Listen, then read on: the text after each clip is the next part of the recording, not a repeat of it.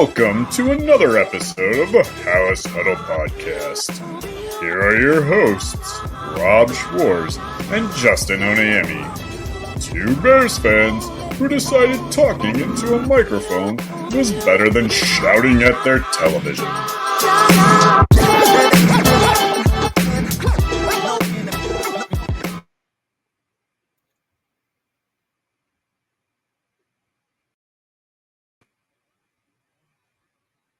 Welcome in, Hallis Huddlers. Gosh, it's been so long. My producing is just absolutely awful. Yeah, Justin and I have not recorded in quite some time. Some vacations in there, a lot of downtime here in the last couple of months, but not a lot of Chicago Bears news. But the biggest thing for me was I was in the middle of a transition from one job to another, start my new one actually on Monday. And it was a lot of work to not leave my team that I really respect high and dry. So once again, Hallis Huddlers, huddle up. Justin is not with me. The reason for that is he actually doesn't know that I'm recording this. This is going to be, I think it's the first. Yeah, I'm pretty positive this is the first of the Hallis No Huddle episodes. Okay, these are going to be much shorter episodes and based on news. Sometimes you'll see my face. A lot of times you won't. And it's just going to be a breakdown of things that are going on with the Chicago Bears, maybe a player. Yeah, so let's just get right into it. Again, this is the Hallis Huddle Podcast. I'm Rob Schwartz with Bear Eagles On. My co-host, Justin Oniemi, will not be on these episodes most of the time. If you like this channel, if you love everything Chicago Bears, if you're a Caleb Williams fan, if you're excited about this upcoming season, hit that subscribe button. I think we're at 617 subscribers right now. We are giving away a free Chicago Bears jersey to anyone who subscribes to this channel. You'll be entered into a free giveaway. That once we hit 750 subscribers, we will be giving away that jersey. All right. As you can see, I'm wearing my Northern Illinois football shirt. This is not obviously a Chicago Bears shirt, but this is just a shout out to the College Football 25 game that finally released a few days ago. And I just got back from Disney, so we're rocking the Pizza Planet shirt, which kind of matches. All right, here we go. This is something that broke into the news this week, so let's bring it up. A couple things that are going on here. What both Dans are saying, but this is Get Up on ESPN. There's been some national media nonsense that's going on. I'm going to play a couple clips, and we're going to talk about them as they go. The first one here is going to be Booger McFarland. The volume is a little bit hard to hear. I'm going to crank it up during editing, so hopefully it's not too bad. And also, if for some reason it's cutting out a little bit, I'm not exactly sure why.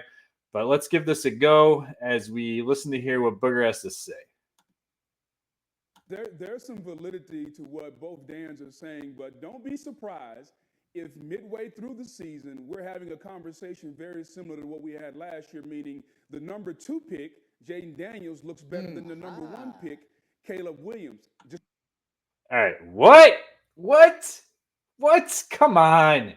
If you guys have been following the show since pre-draft, you guys know I'm not a big Jayden Daniels fan, okay? Jayden Daniels is a lighter version of Justin Fields. His delivery is a little bit different. He doesn't have that little hitch like Justin Fields does.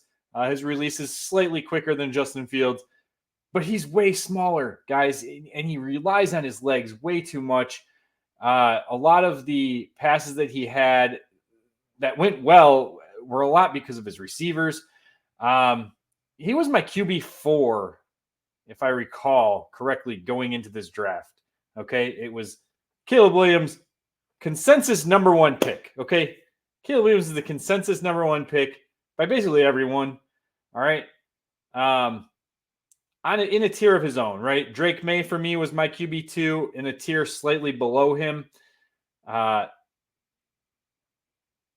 Yeah, I'm trying to think of who I had 3. Anyway, I think it was Michael Penix. Jayden Daniels was not in my top 3. Booger McFarland, an LSU grad, giving some extra love here to Jayden Daniels, who just obviously graduated from LSU, had the Heisman Award-winning season there.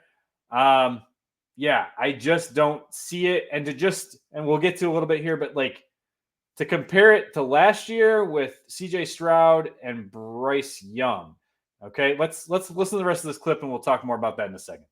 Like we had last year with C.J. Stroud and Bryce Young, because there are a lot of people out of Washington telling me that this young man, Jayden Daniels, not only does he look the part, his teammates know he looked the part. And I think Caleb Williams is going to Chicago. And I think Jayden Daniels is going to come out the gate flying. And we're going to have this conversation. There's the LSU helmet there. Mark it down.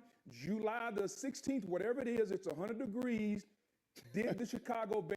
Maybe the heat is what's getting to Booger here. I don't know. Bears make the right pick. We're going to have this conversation again.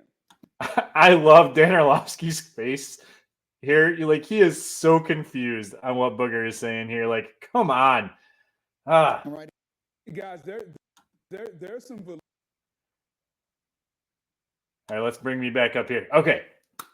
He didn't even give a reason for it. Oh, I'm hearing out of Washington that Jayden Daniels he's looking the part and all of his teammates believe it. Come on, we hear the same thing here in Chicago. You're going to hear that about every rookie quarterback at this point. Why? Because nothing's even happened. Training camp just opened, right? Rookies reported for the Chicago Bears a couple days ago.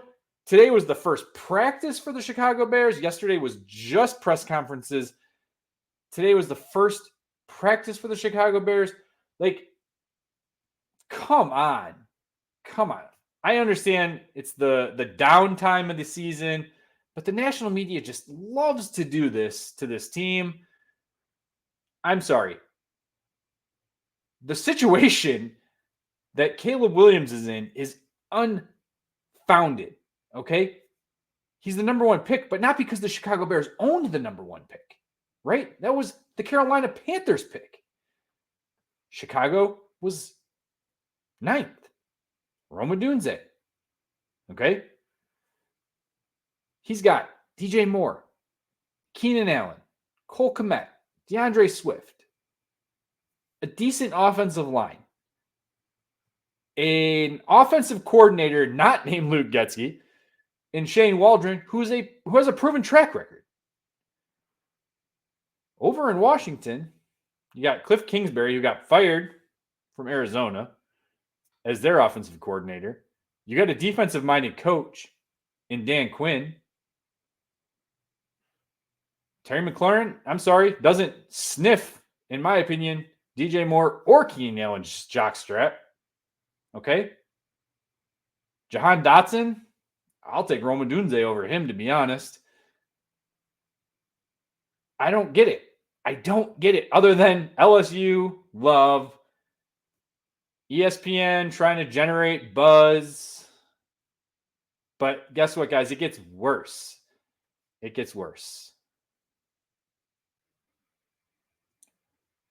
Here is another clip from also Get Up on ESPN. For the Chicago Bears, I think he's a rookie quarterback. Both these guys are rookies. This is a franchise that has not yet shown it can develop a quarterback the right way. A lot of people thought Matt Eberflus wouldn't survive this offseason. He wouldn't. Okay, let's stop that for 1 second. This is the laziest take, the laziest narrative in national media, even local media. I'm sorry. I agree. The Chicago Bears have not proven that they can develop a quarterback. 100%. But this regime, this is ideally their first crack at it. I get Justin Fields, but that wasn't their pick. That was during a time where Ryan Poles was tearing this thing down from Ryan Pace era. We were hopeful that Justin Fields would turn the corner. Luke Getsy was garbage. There's already talk about him being not that great of a coordinator and things being difficult in Las Vegas for the Raiders. don't just say. That's like saying, oh, well, Ohio State's never, had a quarterback do well in the NFL. Well, CJ Stroud, right? Look at what he did last year.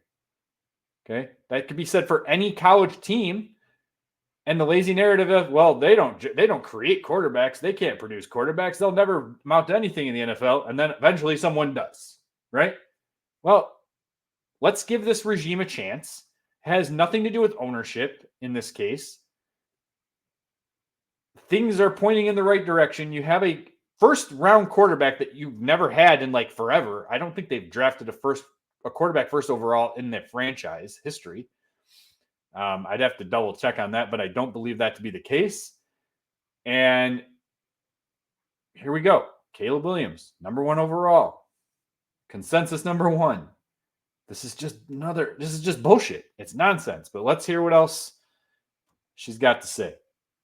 Be the head coach. So let's give him some time. Next year, it's a talented roster, but we have high expectations, but give the kid a minute. Okay, and I agree with that. All right. Give the kid a minute. Some people their expectations are extremely high. We can't be having that. This team, at best, is a playoff team. They're not Super Bowl bound, in my opinion. But they should make the playoffs or at least contend to make the playoffs. I think that's achievable. I think that would be achievable even if you had Justin Fields here at quarterback. Why? Because they have a decent defense, top 10 defense, in my opinion. And their receiving core is one of the best in the league. Solid tight end group, decent offensive line. Here we go. It's a win-now roster as well. When you talk about, you're only going to have Keenan Allen for 1 year, and he's going to go on. And you hope Odunze is going to be able to. Let's address that. Keenan Allen, I know, is only here for 1 year, and it doesn't seem like he's going to get an extension or come back here. We'll have to see how that goes. But let's also think about this and go back to what she was saying earlier. I think her name is Kimberly Martin. Let's go back to what she was saying earlier. They've never developed a quarterback. Well, look, they gave him Keenan Allen, a security blanket that only cost a 4th-round pick. Why did they bring him in? Even if he's only here for 1 year, it helps develop Caleb Williams into the future. Whether he's here beyond the 2024 season or not, he's a stepping stone to help Caleb Williams become the quarterback we all hope that he can be. All right, let's keep going.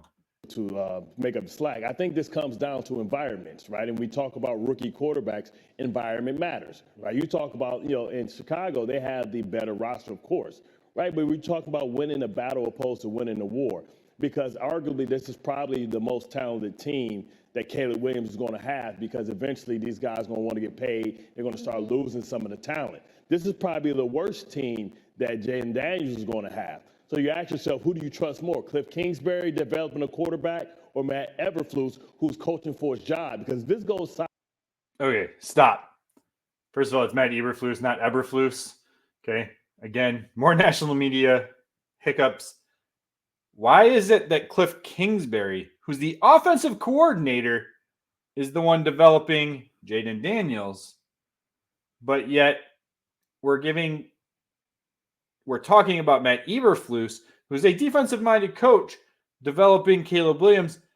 Well, if we're going to compare apples to apples, shouldn't we be talking about Shane Waldron, who comes from the Sean McVay system, right? Who has shown success in Seattle? Why are we putting the development on Eberflus? And not saying, well, the development needs to come from Dan Quinn with the Commanders. We're not talking apples to apples. We're talking apples to oranges. And they're just spinning things to fit their narrative. And this is just what the national media likes to do. Sideways early, it's going to be no room for error, because they're going to see we're not going to allow him to destroy 2 young quarterbacks. So you talk about. Well, okay. I love Justin Fields. I don't think he's destroyed. I think he has a lot of errors and issues that he needs to get corrected. I think going to Pittsburgh was the right decision. He's already changed his footwork back to stepping with his right foot back instead of his left. Again, that's a Luke Getsy thing. I think Luke Getsy really effed him up quite a bit. And I hope that he can rebound and get back to just playing football. That said, I don't think he's destroyed. Okay? He's not destroyed. Jayden Daniels just getting started. Caleb Williams is going to have it easy because he can rely on his talent on his team. So he's going to be able to probably have to play more disciplined, handing the ball off, leaning on his veterans, don't try to do too much. They're going to spoon feed him. Jayden Daniels is probably going to be set free early because he's going to have to rely and do everything because he's on probably a team that's less talented, and he's going to have to be able to rely on that athleticism. And that flash and that dual threat is always going to catch our eyes first. When you started talking and mentioned the Matt audio is Eberflus, off from the video, guys. I apologize. He's had several quarterbacks to this point. I think in Chicago, the pressure is high. He's had several quarterbacks to this point. I mean, are we talking Tyson Bagent? Are we talking backups? Like, what are we talking about here? This is Greeny's show, right? Like, how do you just let these people talk nonsense? Like, correct them in the moment, please. Please. Justin and I correct each other in the moment all the time. Correct them in the moment. They can't have a season where the rookie quarterback doesn't come off and start off hot and the team is losing. I think in Washington, you have a situation where we have reset the culture. Right. We are looking for the future. Is that what we're doing here in Chicago? I think that is an easier situation to be in than in Chicago where. Listen, we have Bill Belichick hovering. Right. We look at that great roster. We got Vrabel hovering. Right. Dan Quinn is secure. So that's an environment where guys are Eberflus is pretty damn secure too. That's easier for the development of a young quarterback. All right. Again, the video and the audio got a little bit messed up there. I apologize. But what are we doing? What are we doing? This is not the time to even be talking about this. It's just not. But I'm going to tell you right now, Caleb Williams is going to be just fine. I don't trust Jayden Daniels at all.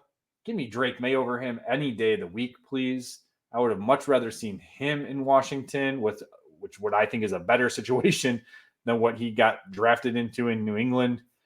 But, man, these lazy narratives, these talking points, the non-homework, the misspeaking of players' names, coaches' names, talking about things that don't even make sense. We got to do better if this is going to be like what's going to be on ESPN, right? Or NFL Network. These guys got to be better. They got to be better. All right, that's all I got. First episode of the Hallis No Huddle.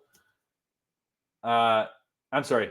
The first of the Hallis No Huddle episodes. Wow. It has been a long time. But guess what? Justin and I are planning on coming back next week, recording Sunday night, hopefully publishing Monday morning. And we should be getting ready to kick off and get ready for the Hall of Fame game, ready for Hard Knocks. It's a lot of exciting times coming here to the Chicagoland area. And I got nothing else. So everybody else, bear down, claws up.